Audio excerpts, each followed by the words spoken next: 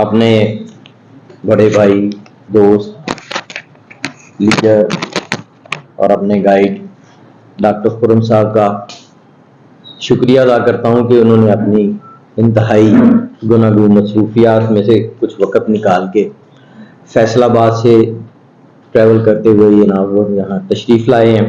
मैं दिल की गहराइयों से और अपने मेंबरान की तरफ से, एजाज भाई और दोस्तों की तरफ से शुक्रिया अदा करता हूँ कि वो यहाँ तशरीफ़ लाए। हमारे लिए बड़ा खुशाइंद और खुशी का मुकाम है कि आज डॉक्टर साहब हमारे साथ हैं। PHMA एसोसिएशन मार्च में यहाँ इस फैसिलिटी में जब हम आए हैं तो उसके बाद से मेरा ख्याल है कि ये दूसरा इंतहाई अहम ओकेजन और मौका है जो डॉक्टर साहब तशरीफ़ लाए हैं। पहला हमारी गैदरिंग हुई थी जिसमें हमने PHMA की जो हमारी फैसलाबाद, लाहौर और कराची से दोस्त आए थे तो इसकी ओपनिंग की थी। उसके बाद आज का दिन बड़ा अहम है जिसमें डॉक्टर साहब यहाँ हमारी रिक्वेस्ट पे तशरीफ़ लाए हैं। डॉक्टर साहब का तारफ़ या डॉक्टर साहब के बारे में इनका तारफ़ करवाना या इनके बारे में बताना वो बिल्कुल ऐसे ही है जैसे सूरज को चिराग दिखाने के मुताबिक होता है। डॉक्टर साहब का ताल्लुक PHMA से ऐसा ही है जैसे ये हमारे फाउंडर हैं। कई सालों से हमारे PHMA के ये रहनुमा भी हैं और हमारी सेंट्रल जो PHMA की है कराची में, वहाँ के ये चेयरमैन भी रह चुके हैं। वैसे तो डॉक्टर साहब अगर मैं देखूं तो हमारी बिजनेस की कोई भी जो एसोसिएशंस हैं उनको लीड कर चुके हैं, जिसमें सबसे पहले तो मैं ये बताऊं कि डॉक्टर साहब माशाल्लाह पाकिस्तान में जो 100 सबसे इम्पोर्टेंट CEOs हैं उन CEOs में डॉक्टर साहब का नंबर सरफरिस्त आता है। ये फैसलाबाद में निटवेयर और हौजरी की जो इनकी कंपनी है K&M's के CEOs भी हैं। उसके अलावा डॉक्टर साहब आप सब मेरे ख्याल में जानते ही हैं कि हमारी इंडस्ट्री के एक ऐसे मेंबर हैं जिन्होंने ये जो है मिनिस्ट्री ऑफ टेक्सटाइल के एडवाइज़र भी हैं, फाउंडर ऑफ के फाउंडेशन के, सेंट्रल चेयरमैन PHMA हौजरी जो हमारी मैन्युफैक्चरिंग एसोसिएशन है उसके भी चेयरमैन रह चुके हैं, farmer director board of FIEDM भी रहे हैं, farmer chairman federation of Pakistan chamber of commerce भी रहे हैं, हमारी जो स्टैंडिंग कमेटी है CSR लाहौर पाकिस्तान उसके भी, और मिल्लत इंडस्ट्रीज स्टेट एसोसिएशन फैसलाबाद के भी चेयरमैन रह चुके हैं। डॉक्टर साहब वैसे तो MBBS डॉक्टर हैं लेकिन इनकी जो हर हमारी इंडस्ट्री के प्रॉब्लम्स की जो क्या कहते हैं नब्ज के ऊपर जो हाथ है ना वो ज़्यादा स्ट्रांग है। तो हमारी हौजरी और निटवेयर की जो मुश्किलात या जो प्रॉब्लम्स होती हैं वो चाहे लाहौर की हों, फैसलाबाद की हों, कराची की हों या सियालकोट की हों, ये हम इनकी एडवाइस और इनकी मशावरत और इनकी रहनुमाई में वो मसाइल हल करते हैं और ये करवाते हैं।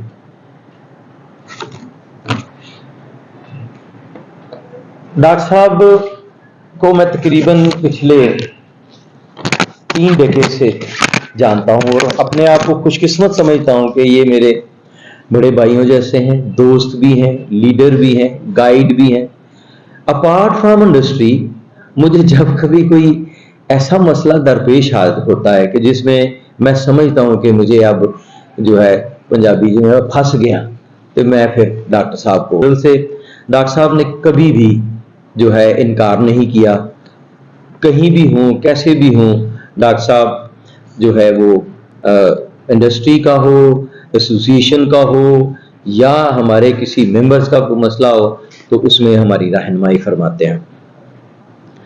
डॉक्टर साहब का बहुत बहुत शुक्रिया। ये डॉक्टर साहब जो है वो तशरीफ़ लाए और हमें अपने मशवरों से, अपने मलहूरा है जो आने वाले वक़्त में ये हमें रहनुमाई करते थे, करते हैं और करते भी रहेंगे। तो मैं मुख्तसर डॉक्टर साहब से दरख्वास्त करूँगा कि वो अपने ख्यालात का इजहार करें और हमारी मामला करें। पहले तो मैं चेयरमैन साहब को मुबारकबाद पेश करता हूँ। एक ऑफिस और बड़ा मीटिंग रूम सियालकोट में बड़ी देर से कह रहे थे कुछ करें, तो वो हमने कर दिया। दूसरा, मैं बहुत ही मुद्दबाना इनकी तस्हीह करना चाह रहा हूँ जो बातें उन्होंने गलत करी। एक तो ये कि इन्होंने हुक्म जारी किया अपने सेक्रेटरी, वो भी अपने सेक्रेटरी के थ्रू कि डॉक्टर साहब हाजिर किया है, और मैंने उसी वक्त कोशिश बजा लाया कि जनाब जो आप हुक्म किया। तो ये इन्होंने कोई दरखास्त नहीं की, ऐसी कोई बात नहीं, मेरे पास कोई ऑप्शन नहीं। दूसरी बात ये कि क्योंकि PHN में मेरी पेरेंट एसोसिएशन है या I was born industry wide, तो वो चैम्बर वालों ने जो कुछ कहा, हमने कहा जी ये हो ही नहीं सकता, हम तो वहीं रहेंगे, उसके बाद रहेंगे जहाँ जाएंगे। तो सुहेल ने मुझे कहा जी कि इस तरह अक्सर हो जाता है। मैंने कहा यार नहीं हो सकता, ये मेरा मसला है।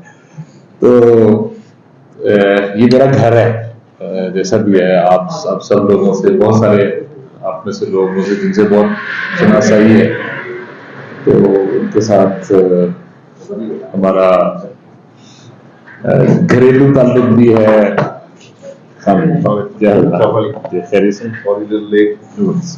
फैसल साहब की कॉल आई और मैं उस वक्त फैसल साहब के वाले साहब के बारे में सोच रहा था कि वो जर्नी हम एक फेयर पे गए और कैसे, और उसी वक्त बाई चांस में सोच रहा था सियालकोट जरा वो चल रही थी मूवी, तो उस वक्त फैसल की कॉल आ गई।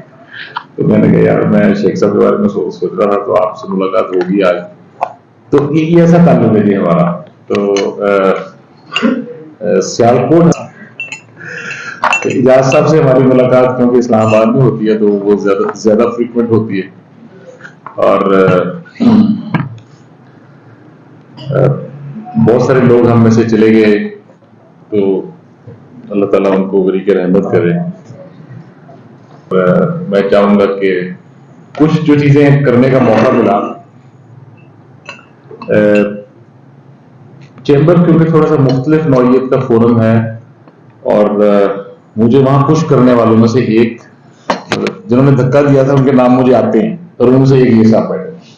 इनको मैंने कहा मैंने बिल्कुल नहीं ये नहीं छड़ना है, छड़ने वाली पोस्ट नहीं है। मैंने कहा यार मैं वहां सारे मेले सारे वो ट्रेडर बैठे हुए थे, नहीं जाना, मैं उनको से गुजारा नहीं कर सकता। मेरा एक अपना, हम एक एसोसिएशन के, और मैं डॉक्टर साहब कह रहे हैं बिल्कुल मैं आ जाना था, कोई मैं जगह आके थे जाना सीट नहीं छड़ी, ये तो इजाज साहब को पूरा तो वो वहां जाकर खैर वो मिलने का मौका बहुत सारा था। तो हमने शहर में सिटी की डेवलपमेंट के लिए 3-4 मेजर प्रोजेक्ट्स हमने स्टार्ट करवाए, और in very close liaison with Punjab, current with Punjab government, और current Punjab government is very helpful. CM and SM Tanveer Sahab very helpful. Sialkot में भी 2-3 प्रोजेक्ट्स हो रहे हैं, और वो उनको पर्सनली देख रहे हैं और शोकबाजी के बजाय कर रहे हैं। तो वो जो अच्छा काम करे उसकी बात करनी चाहिए। और लेबर वेलफेयर स्कूल्स हैं, उनको मैंने अपने कमांड में लेकर, तो एक तो मुझे हमारे में से एक मेंबर ने कहा कि एक स्कूल मैं देख लेता हूँ, मेरी जिम्मेदारी आ गई। उसमें हम टीचर्स भी दे रहे हैं, जो कुछ भी है वो सारे हम मिलकर, तो उसको हमने एक वहां पर एक ऑर्गेनाइजेशन लॉन्च कर दी, उसका नाम रखा शहर उखवा, के वी वर्क एज ब्रदर्स ये शहर के अंदर। और सियालकोट ने प्रैक्टिकली ये चीजें की हुई हैं। शहर उखवा मींस ब्रदरहुड। ब्रदरहुड इसलिए नहीं रख सकते थे, नाम रखा था ब्रदरहुड, तो वो उसने नहीं, वो डेंजरस है बहुत। वो बाद में ना इंटरनेशनली शूट डाउन हो जाता है, तो इसलिए उसको बड़ी मुश्किल से वो सारी मैंने वो वापस की। फिर पंजाब लेवल पे हमने इस बार हमने चैम्बर्स को बहुत मोबिलाइज किया। आपने शायद एक नोट की हो उसमें चैम्बर्स वहां पर इस्लामाबाद में, और वहां हमने फिर इस बात को कहना शुरू किया कि जब तक आप वो चार्टर ऑफ इकोनॉमी और ये सारी बातें जब करनी शुरू की, तो फिर एक प्रोविंशियल लेवल पर एक कोऑर्डिनेशन कमेटी बन गई जिसमें अब चेंबर्स की कुछ आवाज है। चेंबर्स अब प्रोविंशियल लेवल पे आवाज, अब आप ये देखें ना जितने डेवलपमेंट प्रोजेक्ट्स हैं वो चेंबर्स के थ्रू ऑपरेट होते हैं। So and we made it happen. हमने अपनी वॉइस की और हमने आगे आगे जाके छोड़ा नहीं है उनको।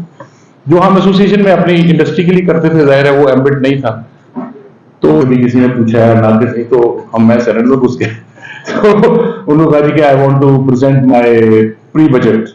तो मानवी वाला साहब ने मेरी तरफ देखा, मैंने कहा जी हम तो आएंगे, तो आ गए। तो फिर 4 चैम्बर क्या करते थे, 2 चैम्बर्स को बुला लेते थे कभी कभी, कराची और लाहौर। तो आइडिया वाज कि जी ये बड़े चैम्बर हैं, ये provincial chambers as provincial headquarter के हैं।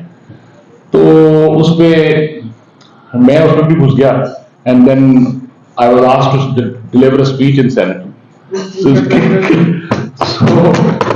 उसके बाद फिर नेशनल असेंबली की जो कमेटीज थी, तो अपनी वॉइस रेज कर सकते ना, सोल्यूशन तो मेरे हाथ में नहीं है।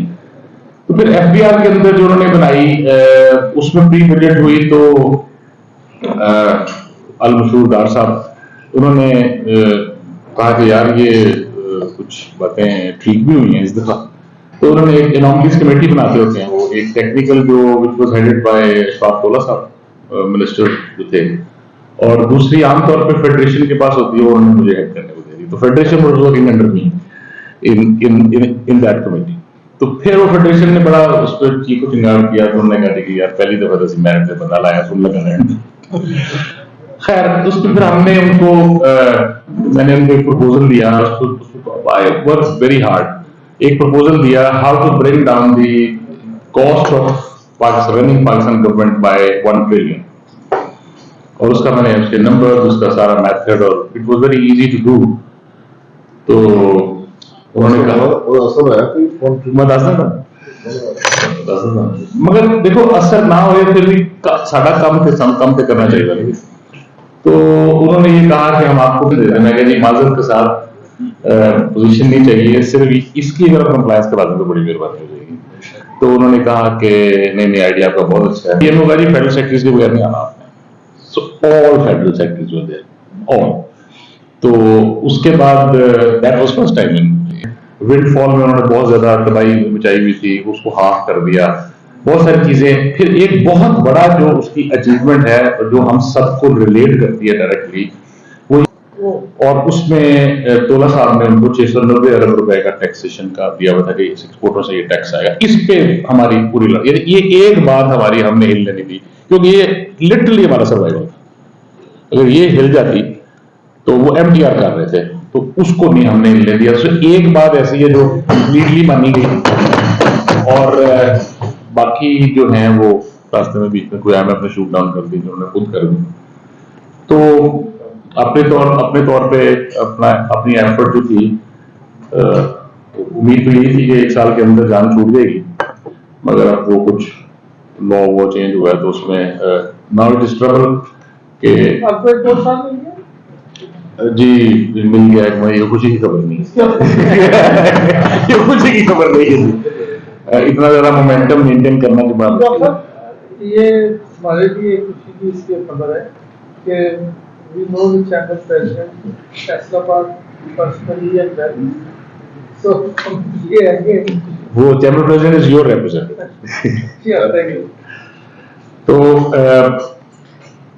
मैं ये चाहूंगा कि हम एसोसिएशंस को भी, और आगे जो चैलेंजेस आ रहे हैं, एक तो हम उसको डिस्कस जरूर कर लें, ये भी तमाम फोरम्स पे जाते हैं, और वी मस्ट बी प्रिपेयर्ड क्या होना है।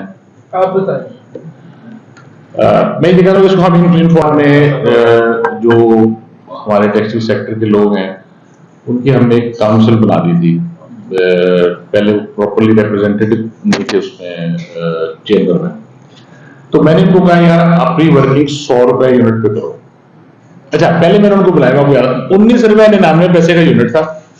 हमें क्योंकि आइडिया पहले हो गया था कि ये होना ही होना है, तो मैंने उनको बुलाया, मैंने कहा यार 50 रुपए पे वर्किंग करो, तो जिसका काम बारे में है वो करे, जिसका काम बारे में नहीं है वो बंद करने की तैयारी करे। लूम्स वाले भी बहुत सारे सेक्टर है ना, कोई लूम्स वाले हैं, कोई रीजनरेशन ज्ञान वाले हैं, शुमार 10-12 सेक्टर। अच्छा, वो पहले तो उन्होंने कहा जी आप बुरी खबर सुना दी। मैं कहा यार तैयारी करो जाके। इसके बाद मैंने उनको ये कहा कि ये दिसंबर तक 100 रुपए की तैयारी करो, 50 रुपए वाला नहीं चलना। अब वो ये कि इंटरेस्टिंग बात उसमें केस स्टडीज निकली, वो मैं आपको बताना इसलिए चाह रहा हूं कि जिन लोग प्रिपेयर कर लेते हैं। उसने कहा जी, एक बंदा उठा, वो कहता है जी कि आपने हमें जब 20 रुपए से 50 रुपए का बताया, दिल में तो हमने आपको बहुत गालियां निकाली, मगर कहता है जी मैंने जाके अपना माल, मेरे वो स्टॉक में माल उसका होता, उसने स्टॉक रोक लिया। कहते जी 50 रुपए का यूनिट हुआ तो मुझे 300 रुपए मीटर का माल था, 370 रुपए मीटर मैंने भेजा। कहता मुझे जितना नफा आपकी उस एडवाइस ने दिया किसी ने नहीं दिया। मतलब ऐसा भी हुआ। तो मैं ये कह रहा हूं कि प्रेपरेशन इज इंपॉर्टेंट, और अगर जो आखिरी सेक्टर खराब होगा वो एक्सपोर्ट्स है, तो exports I don't see as such इसको कोई मेजर इशू आएगा, मगर रिफंड्स के डिलेज जो हैं वो बहुत सारे हमारी अपनी नालायकियों की वजह से। मेरा 1 रुपया डिलेड नहीं है। आपको अंडरस्टैंड करना पड़ता है सिस्टम काम कैसे करता है, उसका कोई रूल नहीं है, आप प्रैक्टिस से समझते हो उसको, आप समझते हो उस सिस्टम को कट ऑफ कब लगाते हैं, कौन सी इनवॉइस को कब कट ऑफ लगाते हैं। So you understand it, you learn it. हम ब्लाइंडली नहीं है। So I understood, no I understood. मैं आपको मिसाल दे रहा हूँ ना, मेरी कोई सिफारिश नहीं है, मैं किसी को नहीं कहता, कभी नहीं कहता, क्योंकि जब भी कहूंगा फंस जाऊंगा। मेरा 1 रुपया डिलेड नहीं है, एवरीथिंग इज ऑन टाइम, और वो सिस्टम दे रहा है। सो मैं ये कहना ये चाह रहा हूं कि हम अपने कामों में भी कॉन्सेंट्रेट करें, और हमारे फैसलाबाद में 30 अरब रुपए के उस दिन केसेस पेंडेंसी निकाली हमने, 8 दिन का गैप है, तो हम उसके मुताबिक रिटर्न को एडजस्ट करते हैं। तो वंस वी डू इट, हमारा 99% ऊपर रिकवरी है। तो इसको भी थोड़ा ये हमें खुद ये प्रैक्टिस से आप इसको सीख लें। तो डिफरमेंट नहीं होनी चाहिए। डिफरमेंट का मतलब is something wrong with you, या आपके जो टीम है। इसके अलावा रिबेट सबकी रुकी हुई है, यहाँ मुझे नहीं पता क्या हाल है, सब मेजर रुकी हुई है। तो वो स्टेट बैंक से मीटिंग हुई है पिछले हफ्ते, तो आई होप के उसमें कुछ निकल आएगा। एक और चीज जिस पे हम काम नहीं कर रहे वो है रिबेट का रेट रिवाइज करने के बारे में, कि हम लोग पैसे नहीं इकट्ठे करते, अनलाइक नॉन बजटरी है, इसका कोई असर नहीं है इस चीज पे।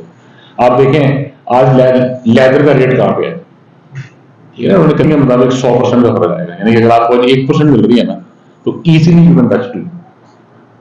तो इस पे हमें इस पे थोड़ा सा काम करने, आप जरा कोऑर्डिनेट करें, इस पे कुछ करने की जरूरत है कि एक बंदा हायर करके, और एक्सपोर्ट शुड इंक्रीज, यस और नो। हाँ, तो मैंने कहा एक्सपोर्ट क्यों डाउन जा रही है? ये कैसा बिजनेस है जिसमें आपके मुताबिक नफा बढ़ रहा है? क्योंकि एक्सपोर्टर का नफा जरूर बढ़ता है, जरूर बढ़ता है, सिर्फ उन इवेंचुअली आपको यान पे वो सेटबैक आना है, वो सारा कुछ आना है। सो बेसिकली ये सारे स्टेबल हो बस, और एक दफा जहां चला जाता है उससे नीचे ना लाएं। I lost a huge order. We are the largest suppliers to Zara's in knitwear from Pakistan. We as a company, और we lost a huge order. Karachi वालों ने 340 पे वर्किंग की उसकी। अब मैं 300 पे वर्किंग करते हुए हाथ कांपते हैं, तो 290, 285, 290 रख के वर्किंग करते हैं, तो आज 290 पे आ गया order. So we were not wrong.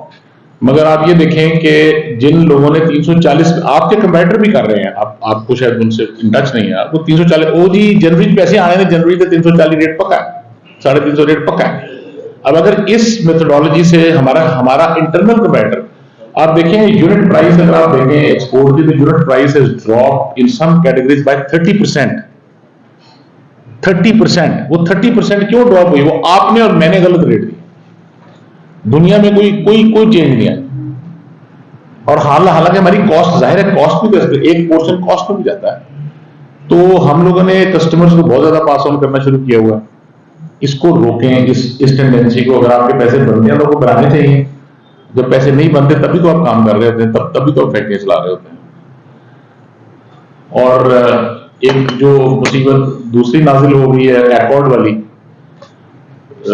वो अब जिन लोगों के कस्टमर्स उससे लिंक्ड हैं वो अब तकरीबन नाजिल हो चुकी है।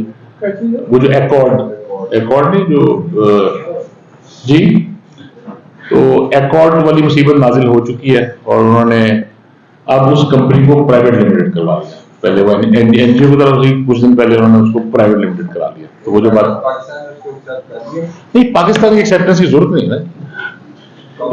इस पे बहुत लड़ाई, यहाँ मीटिंग वहाँ मीटिंग, वो सारा कुछ हुआ, मगर इवेंचुअली उन्होंने इतनी अच्छी सेल की है कस्टमर के पास कि अब आपके पास कोई चॉइस है नहीं। आप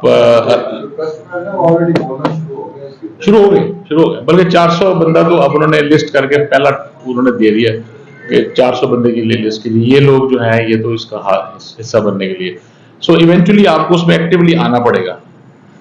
सो नहीं, यही आपके पास चॉइस ही नहीं बचनी, क्योंकि सब कस्टमर्स ने बोलना शुरू कर दिया, इवन अमेरिकन कस्टमर्स ने बोलना शुरू कर दिया जो बांग्लादेश के अकॉर्ड का हिस्सा नहीं थे।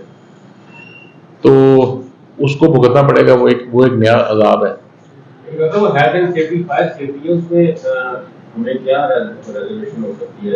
प्राइमार्क से हमने एक ब्रांड न्यू फैक्ट्री बनाई 5 मंजिला, और इवन वो स्लाइटली ओवर डिजाइन रखी हमने कि एक आधी मंजिल की और जरूरत पड़ जाए।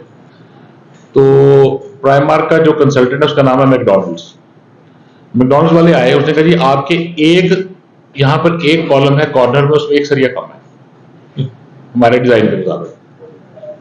सो वो पूरा स्ट्रक्चर डिजाइन लेते हैं और उसके बाद आके वेरीफाई करते हैं कि आपने गलत डिजाइन तो नहीं दिया। तो we have to redo everything. जो आप कह रहे हैं इस जुमले का कुछ भी निकल सकता है आपकी फैक्ट्री में।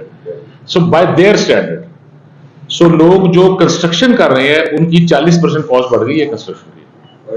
तो नहीं, इक्विपमेंट का इतना ज्यादा मसला नहीं है। जो अब आप अगर जो स्ट्रक्चरल स्टेबिलिटी है ना, वो एक इम्पोर्टेंट एस्पेक्ट है। तो आहिस्ता आहिस्ता उन्होंने वो करते जाना है और हमें उस तरीके पे जाना ही पड़ेगा। अब हमको तंबू लगा के काम नहीं कर सकते। तो बहरहाल स्ट्रक्चर में वो आप कह रहे हैं कि वो मुझे एकॉर्ड का नहीं पता, मैंने आपसे प्राइमार्क का शेयर किया, मगर एकॉर्ड का भी तकरीबन यही होगा।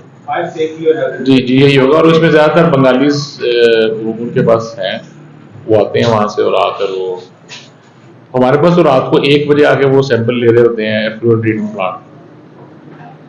सो आपको वो जो चक्कर है ना जी कि वो आएगा तो 4 बंदे साइड पे कर देंगे, पानी उसको चला देंगे, वो कोई चक्कर नहीं। तो so things are changing, we should change also. हम अगर सिर्फ ये कि इतने हमने थोड़ी रेजिस्टेंस की है यार, देखो ना हमने जिंदगियां गुजार दी। ऑनेस्टली स्पीकिंग, हम अगर देखें सोशल सिक्योरिटी और ये सारे डिपार्टमेंट्स के ड्यूज जो हैं, इनको हम टैक्स समझ के जमा कराते रहे। ऐसे ही है ना। अब ये सोच हमें चेंज करनी पड़ेगी। Make it part of the cost. आप इसको पार्ट ऑफ द कॉस्ट गिने, और आज माल आपका बिकना चाहिए उसको पार्ट ऑफ द कॉस्ट गिन के। अगर आप इसको एज टैक्स गिनेंगे ना, एज अलग गिनेंगे, तो फिर आपको तकलीफ होगी। हमें सोच चेंज करनी पड़ेगी। हमें आज पे आना चाहिए और हम आ सकते हैं। आज का जो एक्सचेंज रेट है ना, वो हमें अलाउ करता है कि हम इस चीज को फैक्टर इन कर लें। और बेसिक सैलरी का नोटिफिकेशन तो मिल गया होगा आपको सबको। 19 तारीख को आया। हाँ वो तो हो गया। तो still we are cost effective in the world. हाँ, बस हमारा एक इशू है कि हम उतने एफिशिएंट नहीं है। तो अगर हमारी एफिशिएंसी बेहतर हो जाए, मटेरियल प्रोडक्टिविटी हमारी कम है, हमारी वेस्टेजेस आर हायर, तो अगर ये 2-3 चीजें ठीक हो जाएं तो इस वक्त तो उन्होंने हमें डाउट किया है कि आप कंसल्टेंट को अनुरोध करें, गवर्नमेंट उनको बुलाती है और फिजिकल सेशन, जूम सेशन उन्होंने ऑफर की थी। जूम सेशन में वो चीज कंसीव नहीं होती, कन्वे नहीं होती। वही बॉन्ड के भाई बड़े तमाम शहरों में तमाम एसोसिएशन के साथ वो फिजिकल सेशन हो, क्रॉस क्वेश्चनिंग हो, जो कि उसके साथ बैठ के अवेयरनेस जितनी मैक्सिमम आप अपने एसएमई को दे सकते हैं, स्पेशली अपैरल सेक्टर। डॉक्टर साहब एक और चीज आपसे कहना चाहूँगा, माशाल्लाह आप जिस तरह मूव करते हैं, हमने ऑलरेडी भी प्रिग्मिया PHMA ने एक कंसेंसस डेवलप किया था कि हम अपने आप को अपैरल इंडस्ट्री हाईलाइट करें। हम टेक्सटाइल की जो बात करते हैं तो गोल सारा ऑप्टिमा के चला जाता है। ऑप्टिमा इज द वन सब सेक्टर ऑफ 14 टेक्सटाइल के जो सब सेक्टर है, उनकी एक्सपोर्ट भी देखा जाए तो it is less than 2 billion, whereas we can claim कि PHMA प्रिग्मिया की जो एक्सपोर्ट है दैट इज अराउंड 9 बिलियन। तो हम 9 बिलियन का जब एक स्लोगन लेके किसी के साथ जाएं और हम कहें जी के apparel sector, we are not a textile, okay, we belong to textile, but actually we are a apparel sector which are the multi-fold value addition करते हैं। तो ये हमें हाईलाइट हर चीज हर अपने फोरम पे करना चाहिए तमाम को, ताकि हमारी रिकग्निशन एक स्टैब्लिश हो कि भाई दे आर रियली, क्योंकि सबसे ज्यादा एम्प्लॉयमेंट हम देते हैं। वैल्यू एडेड जो कपड़ा 90 सेंट का जा रहा है उसको हम $9 में करते हैं, उस पर 1% यार लगाएं तो इट इज 10, मतलब 10 टाइम मोर एम्प्लॉयमेंट हम देते हैं। प्रोविंशियल टैक्सेस हम देते हैं ज्यादा, EOBI, सोशल सिक्योरिटी तमाम। अब उसके बाद वो क्या करेगा, उसका लायामल क्या होगा? वो एक ऐसे हदूदों कवायद बनाएगा अपने आप को डिफाइन करने के लिए, ऐसी चीजें बनाएगा कि यार नहीं, मेरी फैक्ट्री में ये नहीं हो सकता क्योंकि मैंने फायर एंड सेफ्टी के लिए ये इकदाम किए हैं, मैंने उन कॉलम्स की जिसकी बात की वो नहीं गिरेंगे क्योंकि मैंने ये इकदाम किए। सो बायर के लिहाज से वो एक कंपटीशन को बीट करने का तरीका है। अब जब बायर ऐसा सोच रहा है तो हम प्रोडक्ट अपनी चांद पे जाकर नहीं बेच सकते। जैसे डॉक्टर साहब ने कहा कि अगर वो कहते हैं नहीं करो नहीं तो पेमेंट नहीं होगी, very simple. So we have to adapt to the new things. अब उसमें इंडस्ट्री, ये जो आपने चीजें हाईलाइट की हैं, ये हम तसलसल से करते आ रहे हैं, हमारी जरूरत भी है, हम चाहते भी हैं, लेकिन हमारा जो काउंटर पार्ट है ना, जो स्टेट है या गवर्नमेंट है, या जो जब तक वो हमारे साथ जहनी तौर पे इस तरह ना सोचे जिस तरह हम सोच रहे हैं, जैसे हमारे दूसरे कॉम्पिटिटर कंट्री है इंडिया और बांग्लादेश है, तब तक ये मुमकिन नहीं है जहां तक मैं समझता हूँ।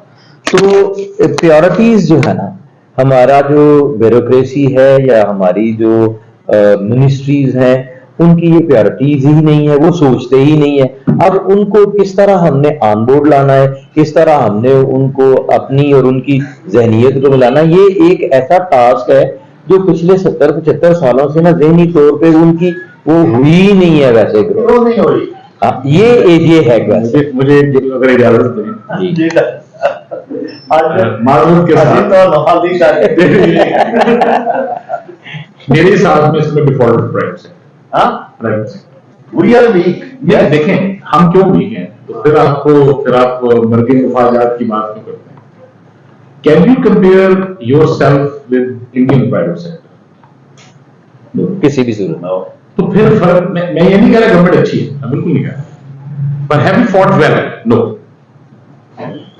हम जिन फोरम्स में रहे हैं, I would confess myself कि हमने उन फोरम्स को जिस तरीके से हमें यूटिलाइज करना चाहिए था, बिकॉज ऑफ वन रीजन और दी अदर, मैं अपने काम में मसरूफ था, ये था वो था, मेरे पीछे एक बंदा नहीं था, मुझे पीछे से वो फीडबैक नहीं मिला, मेरे पास पीछे से वर्किंग नहीं मिली, ये सारी है, मगर it is the private sector which fights. तो हम, मेरे ख्याल में हम सारे यहाँ पर आज भी एक दूसरे को रिकमेंडेशन दे देंगे और गवर्नमेंट को रिकमेंडेशन दे रहे हैं, जबकि यहाँ गवर्नमेंट नहीं बैठी हुई। So I think we should recommend ourselves. What will I do tomorrow differently? हम collectively we are resourceful, we are well connected. Collectively we are well connected. मगर are we willing? Or if this room has only one willing person or two willing or three willing persons, it's not going to happen. ये तो ऐसे है कि फैसल एक working करके भेज रहा है और सोहेल को बैठ कर, और सोहेल जो आप उसको ऐड कर रहे हैं डॉक्टर साहब लेके जाओ, आप दसो फिर की बनया, की बनया, ये ऐसे होगा काम। ये ऐसे नहीं होगा कि जी आपकी तकरीर अच्छी थी, ये ऐसे नहीं होगा। और इजाज साहब भी बहुत ज्यादा फोरम्स पे होते हैं, तो we have not done well, मैं इस बात को कन्फेस करूंगा। मैं ये नहीं कह रहा कि गवर्नमेंट अच्छी है, मगर we should be smart enough. देखें, हम ऐसे कारोबार निकाल कर लाते हैं, हालांकि तो हमारे सामने टिक नहीं सकता, तो हम वो भी तो निकाल कर लाते हैं, तो गवर्नमेंट से हम क्यों नहीं ले सकते? बहुत, मैं ये नहीं कह रहा सब कुछ मिल जाएगा, but we haven't done our best. Sir, हमारी